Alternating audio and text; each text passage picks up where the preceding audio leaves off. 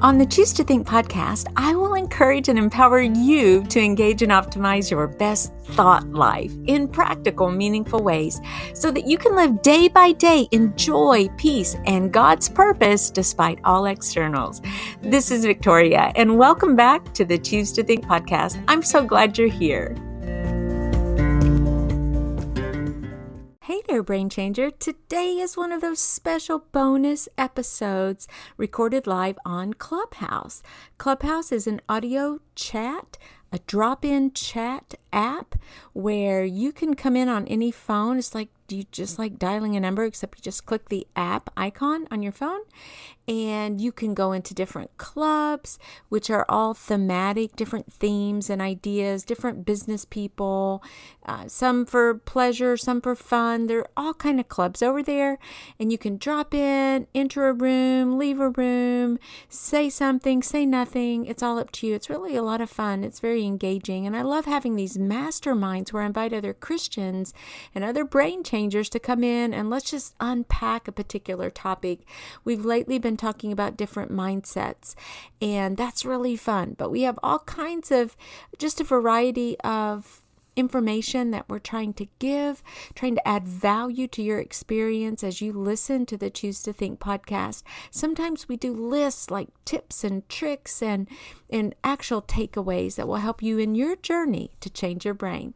And I do have one disclaimer as we go. You're going to hear me talk about she, and that refers to Dr. Caroline Leaf, and I'm reading from her book, Think, Learn, Succeed, Understanding and Using Your Mind to Thrive at School, the Workplace, and Life.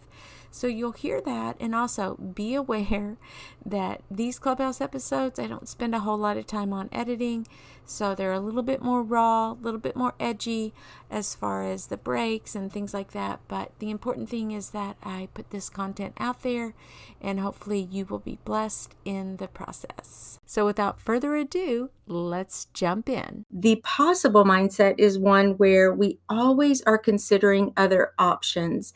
Essentially, she also calls it the entrepreneurial mindset, because as entrepreneurs, which perhaps many of us are, we are always thinking about workarounds and, okay, this didn't work, so what's the next best option that we have? Folks who demonstrate the possible mindset also tend to be intrinsically hopeful. And I love that as well, because it's like we can hit a brick wall, and we may go down, but we quickly bounce up and we're like, okay, this isn't the end of the story. This is just right now it's not working, but we can keep running at it. She also mentions Thomas Edison and how he looked at all of his failures. Remember, as he was trying to create the light bulb and ultimately did, instead of calling them failures, he called them attempts or results.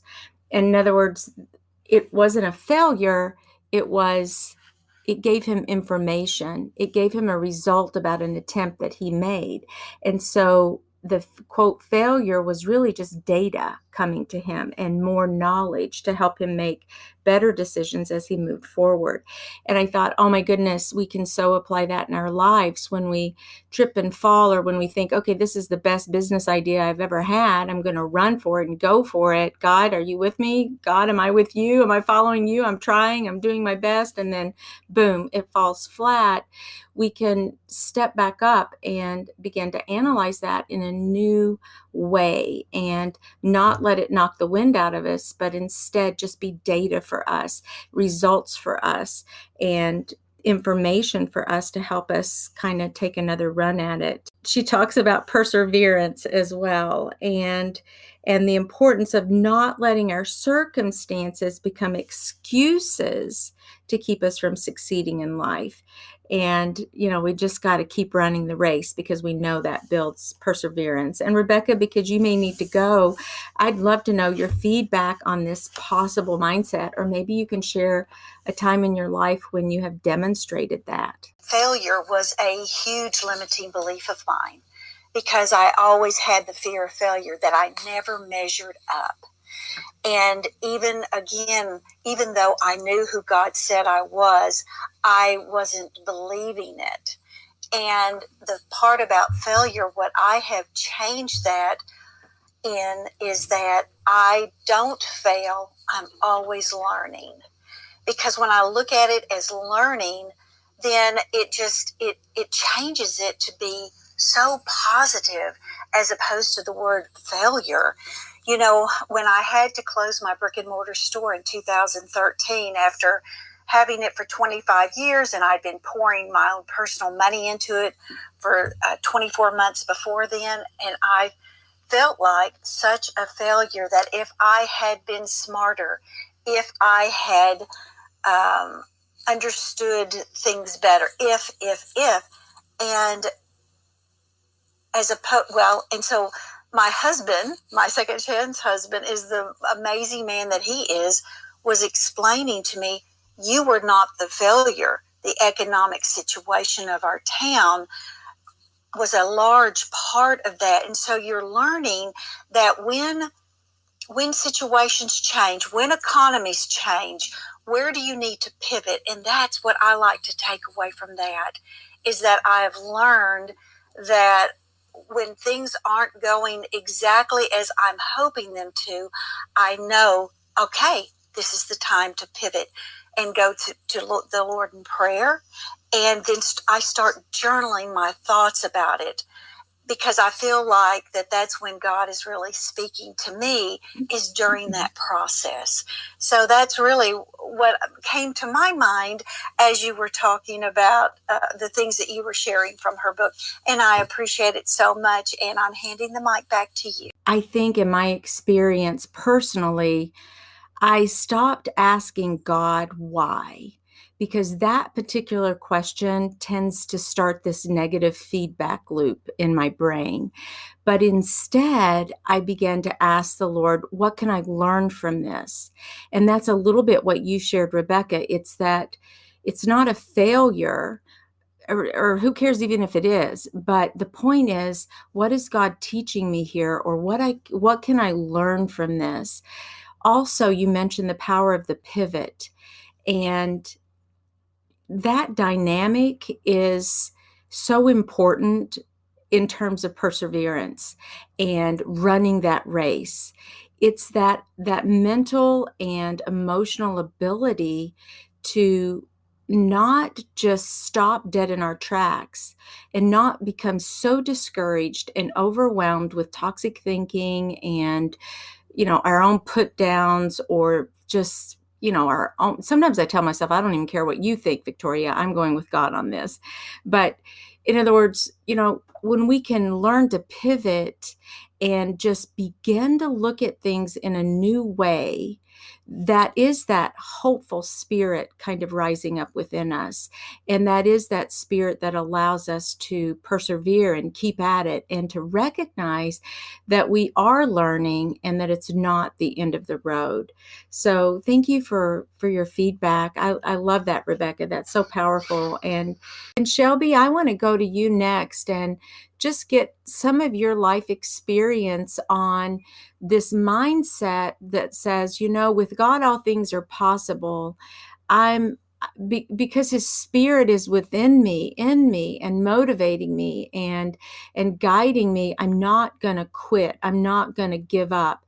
Do you have anything to share on that, Shelby, by chance? The one thing that I can that comes to mind is, there's a lot of different things, but one of the big things is when my marriage was breaking up, and at that time it was, what do I do here? Which path do I take? Do I view this as an obstacle to cross over? Or do I view this as a time to give up?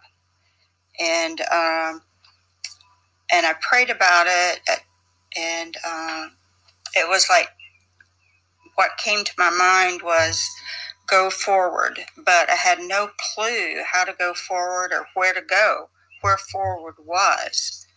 So I remember moving forward, and my prayer was, well, Lord, I'm stepping out on the edge of this cliff. And as I step the next step, either you will be there to catch me or I will fall. And that was just blind trust.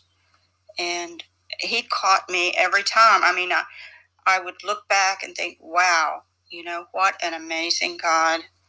So all things are possible with God or through God, as far as what I've experienced. When I say that, I have to know that it's possible if I'm called to do it. It's not possible if I want to build a house, because I don't have that. I'm not called to do that. But a possible mindset, I think, is a mindset where God has called us to do it, and it is possible. And there's times that we have to step out on faith. And, in our own strength, it's not possible, but through Christ's strength that lives in me, it is possible. And I move forward in life walking on that and trying to live that. There's times that I get off path for sure, but he kind of redirects my path, and I don't know how I would do it without God. Now, I know you step forward with God, as you explained, and I love your point about faith, because you're right. Without that faith, without, and also stressing the fact that it is Christ in us that moves and works in us as well. But in the human aspects, when you look back at, say, failure, have you, did you reframe that in any way? Or what I'm trying to ask is, how did that experience, or how could that experience help you now? Like when you hit things that are difficult, or when you goof up or something like that, how does the past dealings with, quote, failure, how has that changed for you nowadays? Or do you see failures as just knowledge or information, results and data, and not as like the end of the road? Does that make sense? Yes. It wasn't very long after the divorce, and just a few years, that when I looked back, I was so thankful. So thankful that God plucked me out of there. I mean, it is, so my reframing that is an experience that I learned from. And it's also an aha moment of, oh my gosh, thank you, Lord, that it was your will and not my will that was done. And I have to continue to tell myself that he always has my best interest at heart, more so than I have my best interest at heart at times. Just faith and trust in him. Does that answer your question, Victoria? Yes, and yes, it does. And it's really kind of a difficult question, because the experience that you shared is one, it's a little bigger than, let's say the risk of making a business transaction. And let's say I want to purchase something, and I'm like, oh, that didn't work out. Or I'm trying something in my business. Maybe it's even a post or something I write that I think is going to be accepted, and instead, boom, it is not. It's, so for me, the challenge would be, okay, Victoria, are you going to adopt this possible mindset where just because there's a, quote, failure, and you didn't get what you wanted, you didn't win the prize, you lost this, you didn't get as far as you wanted, you didn't meet your goal or your expectations. But it's that spirit, that possible mindset that says, whoa, we're not going to look at we're only going to look at the results as data and information, and that was one attempt. And then if the spirit within me, God's spirit, could kind of energize me and help me to see that that's not failure, that's just information, so I can keep going, I can persevere. It doesn't have to be the end of the story. So with an example of marriage failure, I'm not sure. I was trying to see how we could pull that to other issues that we face and so forth, where we keep feeling like we're not getting ahead. Can we adopt that possible mindset that doesn't really allow us to give up because we're intrinsically hopeful? And I don't know, I'm having a little bit of a difficult time myself just expressing it or articulating it.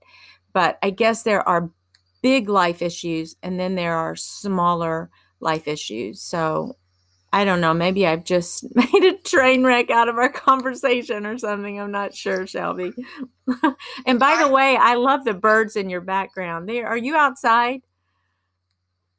I have my window open. It's so pretty. I think, my door open. Yeah, I can hear the birds. I think it's so beautiful. But anyway, go ahead. I think the big message that I took away from all of that, personally, is just trusting in Him, because things are possible when it's a calling from God.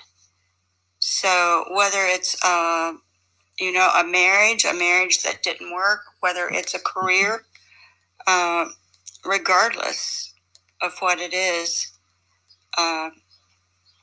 if you're called to it, and then you trust and have faith, again, it's like stepping out on a ledge and just saying, okay, this is the direction I'm going with my life, whether it's personal or with a business. The trust part of it is the big thing that I took away from that. And I love that. I love that point of view too, because sometimes when I get those rejection letters for writing that I've done, I almost have developed this attitude that is like, okay, Lord, it's just a not now, or not with this publishing house, or what can I learn from this? So I've tried to adopt that attitude. Whereas years ago, if I had gotten a rejection letter from a publishing house, I would have been totally unnerved and turned upside down and kind of on my head about it, because I had a root of rejection I was dealing with in my heart. I don't anymore, thank you, Lord, because of the healing that I've had. And the work that I've done, I've tried to partner with the Lord on all of that. But anyway, so you're right. I trust the Lord now, so much so that I'm just going to let Him take care of the results now. And I'm going to keep trying, but I'm not going to look at, quote, worldly failure or standards as a dead end. And that's really actually helped me a lot. Let me share some of her possible mindset activation tips that she gives. And if any of these kind of resound with you, we can chat about them. But she has 8 ways to activate that possible mindset. She says, tell yourself daily that attempts are not failures. Attempts are results and worthwhile knowledge that has been gained. Number 2, deliberately and intentionally practice seeing possibilities in every situation and write them down. Rebecca a moment ago mentioned journaling more as a what can I learn in this and what am I learning in this kind of exercise. But it is important to not, if we were stranded on a desert island, certainly we would want that possible mindset to where we are looking at every scenario with which we're faced in a way that is intentionally looking for those possibilities. Number 3, choose to develop a mindset that allows you to perceive possibilities so that the wired for love design of your brain can be activated to respond. 4, turn attempts into possibilities. Refuse to see them as failures. This choice is a great predictor of your success. 5, stop yourself immediately if you catch yourself thinking and saying there is no way out or that you are a failure. Replace with a statement such as, quote, I cannot be a failure because I am wired for success. 6, make it a game to see how many possibilities you can think of for any one situation. 7, train yourself to see a possibility as an opportunity, not a threat to shy away from. And number 8, remember, we live in a world of probabilities and have the creative power in our mind to design blueprints of all these possibilities. So we swim along in the water, and he kind of guides us. And I look at life, or at the things that I go through in life, as I am not my experiences. What I experience or have experienced is not my identity. My identity is defined by who and what Christ says I am. If I fail or if I succeed, it's through Christ. And I don't know if I am making a train wreck out of this. No, you're not. Trust me. I love your input. And you have so many wonderful little snippets, and you have so much wisdom to share, Shelby. With all that you've been through with your color journeys and so teaching so many classes that you have, and just your experience, you're kind of, what I get the sense of is that you just rest. You are at rest and at peace with who God says you are, with what God says about the situation, and with who God says He is. You are at such peace and rest there. So it's like you've already trained your brain to just be so full of trust and belief that God is guiding the ship. He's calling the shots. I am sitting shotgun here. He's the pilot. So we're just going to go for it, come what may. And what a great way to do life. So that's what I kind of gather from what you're saying. In other words, you don't almost even have to adopt that possible mindset because it's already so much of who you are.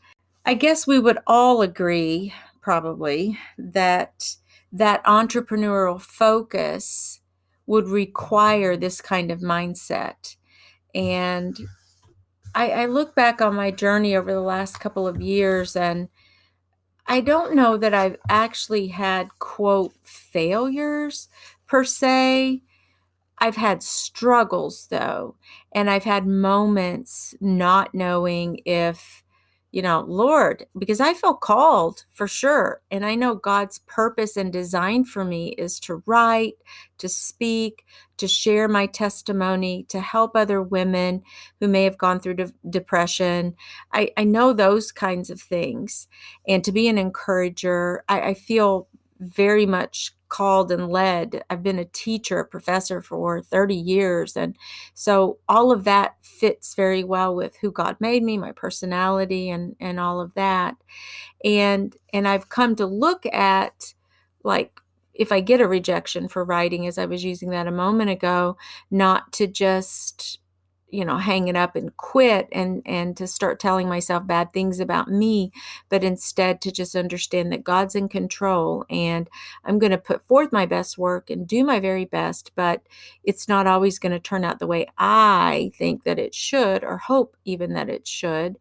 And I want to develop resiliency and have that hopeful optimism and trust that God is in control and that He is weaving all of the these strings in my life into this beautiful tapestry that he is organizing and putting all the pieces together, because there are so many moving parts. And sometimes I get mind boggled by everything that there is to do, trying to have a business and a ministry. And sometimes I'm out of my comfort zone. Well, a lot. But I also tell myself, you know what? If I don't know, then I can figure it out. Like Marie Forleo says, everything is figure outable. You can figure it out, or I can find someone else who knows how to do something that I'd like to do, or maybe doing it better than I ever thought I could. And so I do have the sense that because God has called me, I'm willing to persevere. I'm willing to put in the blood, sweat, and tears. I've got skin in the game on all of this, but I'm willing because I know he's with me. And I'll have to say, I'm having a lot of fun. It's not all grit and grind. A lot of what I do personally is satisfying, energizing, and it's fun. So, but I don't know if I have like moments of outright failure, quote, failure. I have a lot of struggles. Technology gives me fits sometimes, and I'm like, oh, how do I do this? And I could spend like hours trying to figure out the answer to one question, like, why isn't YouTube letting me put this video on this particular playlist? And then I'll go Google it and I'll try to figure out, okay, how to do it. And I'll read this, and then I get so frustrated. But usually now when that happens, if I start going down that rabbit hole of sorts, then I generally stop, because I realize that I'm responding to what seems urgent in my life, but what may not be most important. And I'm trying to train myself now not to just do that. But anyway, so all that to say, I think I feel more struggles and sometimes occasional frustrations. And sometimes, very rarely, I will notice, and this may be enemy attack, I'm not sure, but I'll be thinking like, what am I doing? Stuff like that. But otherwise, I don't really look at what I'm doing as failure. So, Ivy or Shelby, you want to take the mic? When I appear at a roadblock or start to feel like a failure or any of those things, I try to look at it as more of a temporary setback. There will be a way. I just have to find that way and then move in that direction. Will reveal that.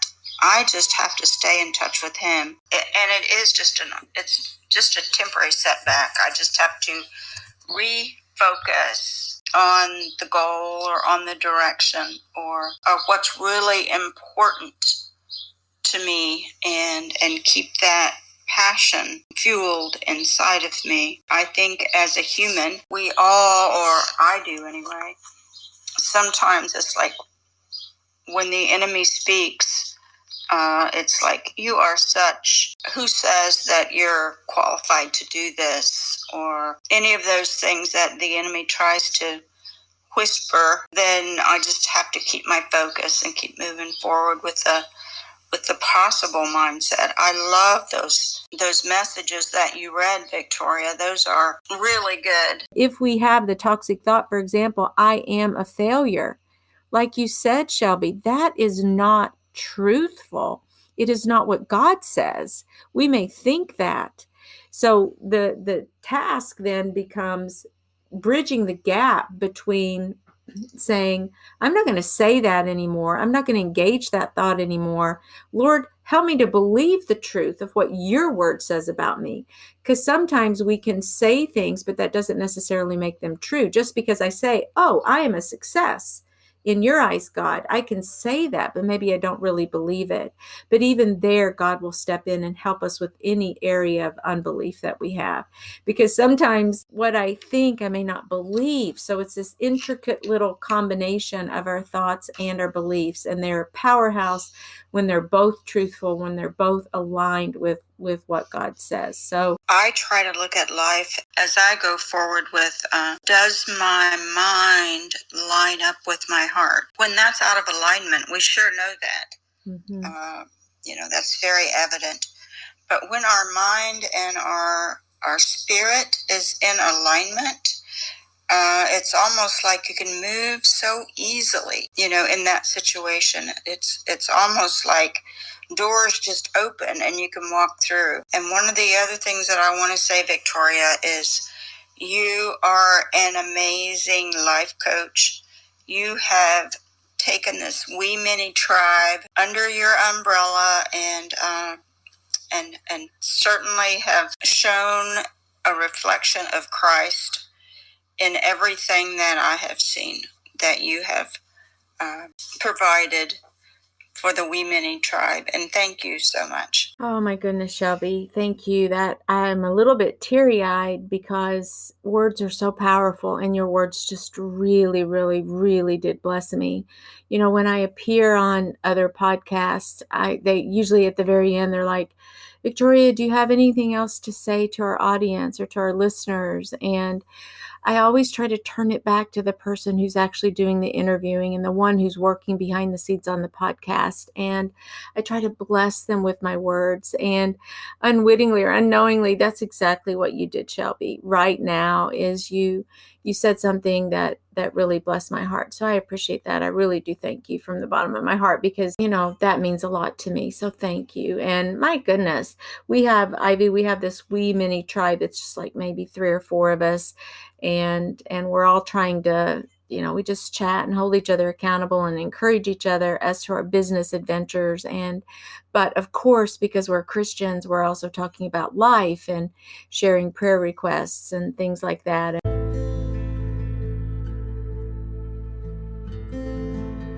Father in heaven, I thank you so much for this time that you have given us. I thank you for this little earmark. It's just a blip in all of eternity, but we got to come together today and we got to sing your praises, talk about you, chat about you, encourage one another all about you. And that is such a privilege. Father, I ask that you would bless Ivy, that you would bless Shelby and Rebecca and Nicola, who was here earlier as well, and that you would bless their hearts, their minds, their ministries, their businesses, their families, their lives, and everything that they take their hands to, Lord, that you would show them your favor in ways that only you can do. Father, help us to think the thoughts that you tell us to think, including when we stumble, when we fall, when we hit up against failures, worldly failures, or just downright mistakes that we may make. Father, help us to be forever focused on you as the author and perfecter of our faith. Help us to know that you have all the answers when we feel like we don't. Help us to know that you are the wind beneath our wings and that you are guiding us in every adventure, so long as we seek you and come to you and ask for your help. And Father, I thank you so much for this time on Clubhouse and this platform, and may you and you alone be glorified, Lord. In Jesus' name, amen.